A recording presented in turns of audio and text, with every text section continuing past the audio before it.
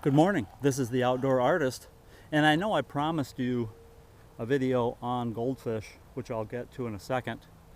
We'll have 2 or 3 segments there, but I wanted to just give you a quick view of the putting green on the way over to the first water feature, and also to point out that I mowed this today. This is the last day of 2021, and I mowed the putting green with a just with my hand mower, just to keep it trimmed up a little bit.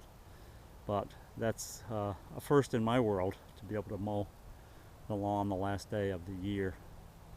And boy, it's looking pretty good. Now, anytime I come out here, there's usually some kind of mischief happening from nature, and I'll point that out here. Today's no exception. You'll see some stuff there, and then I left my hoe over here next to this one, which I'm going to repair. But this animal, and I suspect a skunk, you can see what you think, but it's come in here and just dug, you see the claw marks there, dug a nice hole for itself, looking for something or just having some fun. I'm not sure which, but either way it's annoying for me. And there's probably 5 or 6 of these, not only on the putting green, they also targeted the tee boxes as well. So maybe it's a skunk golfer, I don't know. Anyway, I'm going to have to take my hoe here in a few minutes and put that back together and tap it down and hope for the best. I'm also hoping this is a one-time event, but let's get on to the first water feature and see if we can find some goldfish. Well, here we are at the first water feature, and I'm kind of sleuthing my way around this tree, because if you see in the center of this water feature, there are 2 rather large goldfish. These fish, when I put them in here in the spring, were about half of that size, so these have done incredibly well. And this water feature now has no plants in it. You see a few remnants of plants over there by the drain, but there's no plants. I'm hoping this doesn't leave these 2 fish too exposed to animals, because raccoons are notorious at fishing and grabbing minnows and fish, and there's a lot of raccoons in this area, so in some ways this leaves this fairly exposed. One of the things I want to point out is there's actually 8 drains coming off of the green, but 3 of them exit right in this area. Here's one of the main ones, and you'll see an active, it's rained probably 1/10 to 1/4 of an inch over the last day. So you'll see some active drain there, and there's some water coming down off this hill in back of us also that comes through here. So that comes out at a pretty constant temperature and flows fairly continuously about 80% of the year, which keeps this nice and full and fresh. And then what I did is, on the bottom of this pond or water feature, is I just put a little funnel, which I'll try to show you. Here it is. So see the exit to that water feature simply goes into that funnel, into the hose, and then that hose continues just laying on the ground right now down into the other water feature that you'll see here in a minute. So the outflow of this one is one of the inputs to that other one, and when it freezes it shuts off, but that's really okay, because there's plenty of water to go around, and it can go a month or more without fresh input, so it's sort of an automatic shut-off system, if you will. Every once in a while I have to take that funnel out and clean it out, because there is some leaves and debris, and you can see some leaves along the edge, which I'll get a net and fish out just so there's not too much organic material in here.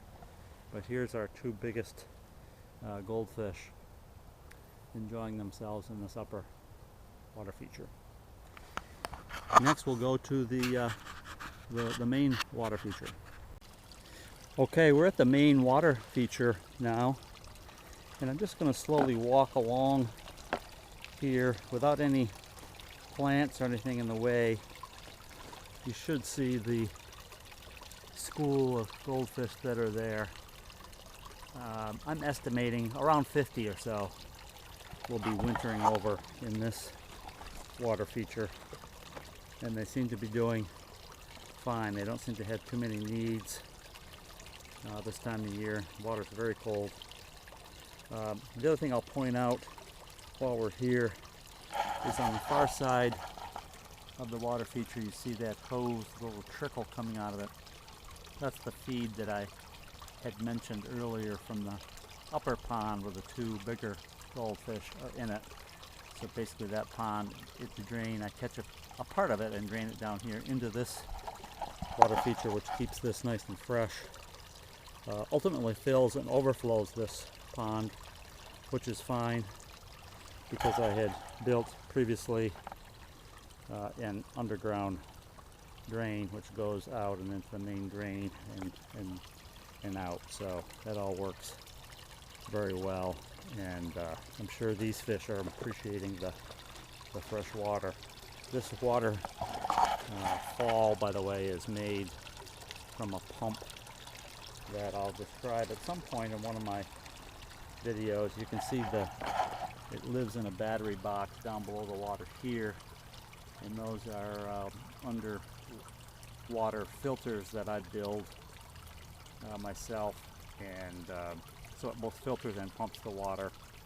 And this one's been in continuous operation for a year and a half. I haven't touched it for a year and a half, and as you can see, everything's hunky-dory. So that seems to be all working well. I kind of like things that don't require a lot of maintenance, and I think ultimately if you can get into a balance, the fish and plants do better as well.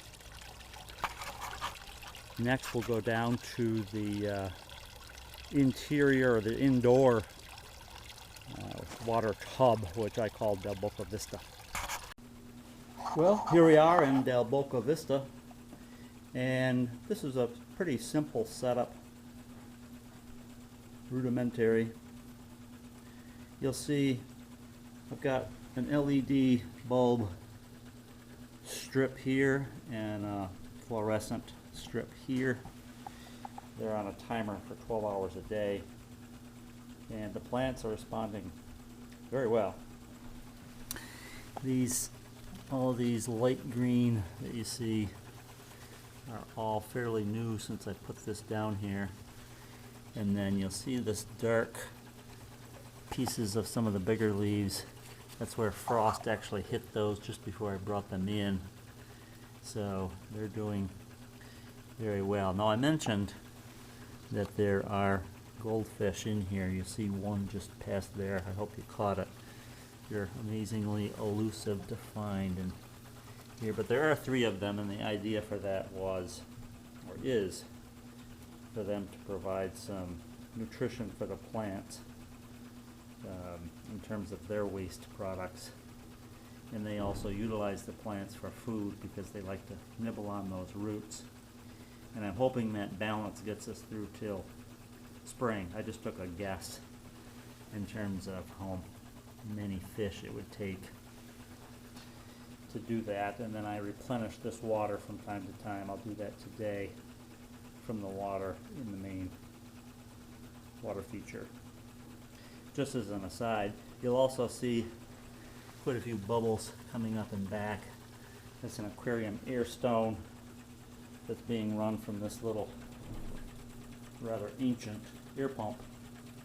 I got this pump when I was in 7th grade from my uncle, and I've had it ever since. So that's been a long time, and it just keeps on ticking. It's a really simple piston pump.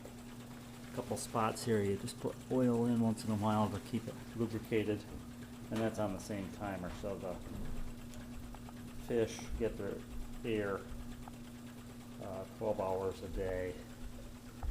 And so far so good. Well, the goal here is to keep these going until spring and then put them back out into the water feature, but get ahead of the game relative to what the garden centers offer in terms of quality and timing. So that's it from Del Boca Vista, and this is the Outdoor Artist signing off.